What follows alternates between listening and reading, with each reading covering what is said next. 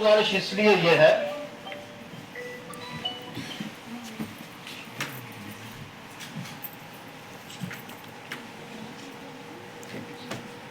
मैं इसलिए ये गुजारिश कर रहा हूं कि मेल डोमिनेटेड सोसाइटी जो है उसके अंदर एक औरत को काम करना जो है उसके लिए आसान नहीं है। तो ऑफिसर्स के तौर पर जो है अपॉइंट है या बड़ी पोस्ट पर अपॉइंट है, वहां ये परेशानी जो है वो नहीं आएगी। पर्टिकुलरली गवर्नमेंट जॉब्स में, कॉर्पोरेशन के जॉब्स में, एसोसिएशन के जॉब में है। खुसूसन मैं आज इसलिए उनको याद कर रहा हूं कि उनके दौर में सबसे ज्यादा प्रोग्राम जो है वो ऑर्गेनाइज किए गए और सबसे ज्यादा जो है सोशल वेलफेयर ऑफिसर साहब, ऑनरेबल मेंबरान पोश एक्ट, मुअज़्ज़ज़ ख़वातीन और हज़रात, मुझे हुक्म हुआ है जनाब डेल्टा सेक्रेटरी साहब से कि आप इस एक्ट के मुताबिक जो है अपने ख्यालात रखें, क्योंकि हमारे लिए भी ये एक्ट एक नया एक्ट है जिसमें अभी कोई ऐसा कोई केस हमारे बीच में आया नहीं है। तो हमें इस पर रोशनी डालने से कबल सबसे पहले हमें इस एक्ट की जो सिग्निफिकेंस है उसके बारे में हमें जो है वो जानना जरूरी है। तकरीर का आगाज जो है वो इस शेर से करूंगा। बस के दुश्वार है हर काम का आसान होना, आदमी को भी मुयस्सर नहीं इंसान होना। तो आया कहां से, इसके लिए एक हमारे पास एक केस था Vishakha versus state of Rajasthan जो 19 चला। बेसिक केस क्या था, वो उसके जो कंटेंट्स जो थे या बेसिक जो एलिगेशन ये था कि एक औरत जो है जो एक एनजीओ चला रही थी, एनजीओ चलाने के दौरान जो है उसको एक सर्विस मिल गई और सर्विस जब मिली तो मेल डोमिनेटेड सोसाइटी में उसने काम करना शुरू कर लिया और उसकी इज्जत जो है वो तार तार कर दी गई। जहां वो लोगों के दूसरे लोगों के लिए जब वो लड़ रही थी, आज उसकी अपनी जिंदगी जो है वो खतरे में आ गई, जिसके लिए उसने जदोजहद की और मुबारक हाथ में पार्लियामेंट को जो है एक रिकमेंडेशन की कि इस पर जो है वो कानून बनाया जाए। उस कानून को बनाने के लिए तो ये इसको जो है वो 7 चैप्टर्स में जो है इसको तकसीम किया गया है, जिसमें सबसे पहला जो है वो status of sexual harassment, second जो है important provisions of the protection of women from sexual harassment, third जो है सिग्निफिकेंस। तो 4 महीने करेंगे तो हाल ही दिल्ली के अंदर जो है 2006 में लगभग ऐसे केसेस जो है वो 6000 से ज्यादा क्रॉस हो चुके हैं। और उसका जो है लड़की के साथ अगर ज्यादती हुई है, सेक्सुअल हरासमेंट उसके साथ हुई है किसी काम वाली जगह पर, तो उसके लिए कमेटी जो है वो ऑलरेडी जो है वो तश्कील दे दी गई है, जिसके मेंबर मैं भी हूँ। चीफ जुडिशियल मजिस्ट्रेट है, आउट ऑफ विच 16 ने अभी तक कमेटीज बनाई है, इंटरनल कंप्लेंट्स कमेटीज, जो कि बाकी ने अभी तक कमेटीज नहीं बनाई है। ऑल स्टेट फंक्शनरीज, हमारे public institutions, private institution today gather here to discuss these things. Meanwhile, the Supreme Court of India has also given its recommendations on this. This act should be come into force, should be enforced diligently. Okay, sir. I would also like to thank the judge sir and Banu sir, who has also called me several times to take part in this event. Sir, first of all, I would like to know these are students who are the participants, sir. तो मैं सबसे पहले एक शेर से शुरू करूंगा जो कि लेडीज को डेडिकेटेड है। सर के बात करते करते मुझे एक शेर याद आया, नारी निंदा ना कीजिए, नारी नर की खान, नारी से पैदा हुए श्री राम कृष्ण भगवान। तो औरत की निंदा करना या औरत का डिसरिस्पेक्ट करना वो बहुत ही गलत अंदाज में, खास करके सेक्सुअल फेवर्स, वो बहुत ही गलत चीज सोसाइटी में इसका इफेक्ट होता है। तो औरत की हम इज्जत करनी चाहिए। औरत वो माइन है, खान है, जिससे कि हमारे भगवान पैदा हुए हैं और सभी इंसान औरत से ही आते हैं। तो मैं सभी औरतों को पहले नमन करता हूँ और मैं शुरू करने से पहले बहुत ज्यादा लर्न और डिग्निटरीज है यहाँ पे, मेरा बोलना इतना ज्यादा अच्छा नहीं, बट जो मुझे थोड़ा सा नॉलेज है मैं बात करूंगा। जिस एक्ट पे जो वुमेन के लिए स्पेशली बनाया गया, वर्क प्लेस पे वुमेन की रिस्पेक्ट रहे, इस एक्ट को बनाने में के पीछे जो मंशा थी,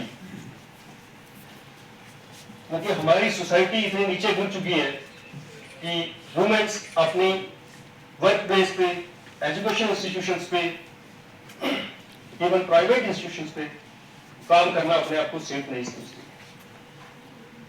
ये डे टू डे की बिल्कुल ये रिपोर्ट ऐसे बन चुकी है। रिसेंटली जो एक्ट ये है, ये इस पे चर्चा में क्यों आया था, क्या हुआ?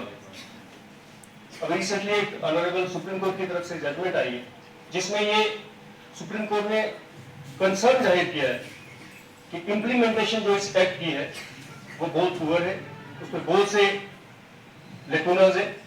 तो उस इंप्लीमेंटेशन को रखते हुए बहुत सी अनसर्टेनिटीज है जिसके कारण वुमेन्स सफर कर रही है और कंपेयर हो रही है अपनी जॉब छोड़ने के लिए। उसको करते हुए ऑनरेबल सुप्रीम कोर्ट ने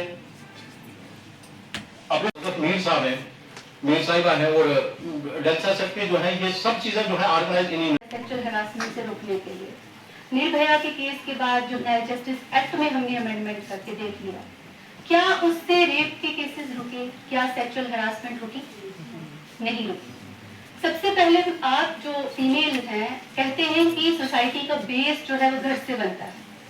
तो आप सब यहाँ पे हैं, मैं सबसे पहले ये कहूंगी कि अगर हम बेटी को ये सिखाते हैं कि तुम अच्छे ढंग से कपड़े पहन के घर से निकलो, तुम रात को घर से बाहर मत निकलो, तुम अपना एटीट्यूड ऐसा रखो, तुम समाज में इस तरह से चलो, अच्छे बनो, तो बेटों को भी सिखाना जरूरी है। मुझे लगता है अगर हम बच्चों को बराबर सिखाएंगे तो ये एक्ट्स बनाने की जरूरत नहीं पड़ेगी, पहली बात। दूसरी बात कि मैं यहाँ पे जितनी फीमेल मेंबर्स देख रही हूँ, मैं ये चाहती हूँ कि इतने ही मेल मेंबर्स भी होने चाहिए थे, ताकि हम अगर इन एक्ट्स को डिस्कस करते हैं तो आखिर मेल मेंबर्स भी कई बार फॉल्स इम्प्लीकेशन में फंसाए जाते हैं, तो उनको भी अपने राइट्स का पता चले कि अगर हमारे खिलाफ कोई फॉल्स कंप्लेंट फाइल होती है तो हमारे पास क्या प्रिवेंटिव मेजर है, हम अपने आप को किस तरह से बचा सकते हैं। क्योंकि हमने पुंछ में ही एक ऐसा केस देखा है जिसमें हमारे एक रिस्पेक्टेड जो प्रोफेसर हैं उनके अगेंस्ट एक कंप्लेंट फाइल हुई। That case is pending before chief judicial magistrate. उसमें इंटरनल कंप्लेंट कमेटी के पास ये सारा मैटर जब रखा गया तो सबसे पहले तो ये लगा कि हाँ ये मैटर सच्चा है, लेकिन जब इंटरनल कंप्लेंट कमेटी ने ये वेरीफाई किया तो उसमें गलती जो है वो विक्टिम की थी, क्योंकि वो प्रोफेसर साहब से कुछ अनड्यू फेवर जो है वो डिमांड कर रही थी और उसने एक सेक्शन जो है 354 जो पोश एक्ट में भी कवर होती है और पिनल सेक्शंस में भी कवर होती है, उसमें एक एफआईआर जो है दर्ज कराई। आपको समाज में बाहर घूमने के लिए, ट्रैवल करने के लिए जैसे जरूरी है वैसे ही काम करने के लिए भी जरूरी है। जो हमारी वर्क प्लेसेस हैं, वर्क प्लेस वो एरिया हो गया जहां आप घर से निकल के कहीं काम करने के लिए जाते हैं, सिंपल डेफिनेशन। वहां पे भी आपको सेफ्टी सिक्योरिटी प्रोवाइड होनी चाहिए, तभी आप अपने कैपेबिलिटीज के हिसाब से, अपने टैलेंट के हिसाब से काम कर सकते हैं। इसको मद्देनजर रखते हुए, जैसे मेरे से पहले स्पीकर्स ने बात की, एक भावरी देवी करके एक सोशल वेलफेयर, एक सोशल वर्कर थी, she was fighting against child marriage. हमारे पुंछ में, डिस्ट्रिक्ट पुंछ में भी बहुत सारे केसेस होते हैं। तो 1 साल के बच्चे की चाइल्ड मैरिज कहीं कर रहे थे, राजस्थान की बात है, वहां पे ऐसा हो रहा था। Lady rose her voice against the injustice कि ये बच्चे के साथ नहीं होना चाहिए, because this is illegal and inhuman I would call. लेकिन उस लेडी के साथ ही रेप कर दिया जाता है and she gets punishment for raising her voice for the welfare of the masses. इसमें बाद में विशाखा एक एनजीओ है, they take up the matter, supreme court में जाता है। 1997 में लैंडमार्क जजमेंट आ जाती है कि वुमेन की सेक्सुअल हैरेसमेंट जो वर्क प्लेसेस पे है उसको प्रिवेंट करने के लिए, प्रोहिबिट करने के लिए, रिड्रेस करने के लिए उन्होंने पार्लियामेंट ऑफ इंडिया को कहा कि आप इस पे एक्ट लाएं, लेकिन जब तक ये एक्ट आता है तब तक हमारी जो गाइडलाइंस है 1997 की ये एप्लीकेबल रहेंगी।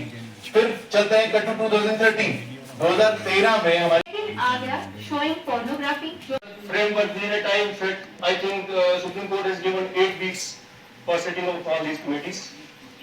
All हरासमेंट एट वर्कप्लेस जो 2000 जो sexual harassment of prevention of sexual harassment at work place act जो 2013 का है, उस टॉपिक को लेके एक अवेयरनेस प्रोग्राम जो है वो कंडक्ट किया गया डालसा की तरफ से। और इस प्रोग्राम में जहाँ पर डिप्टी हमारे chief legal aid defence councils, assistant legal aid defence councils, social welfare department के ऑफिसरान उन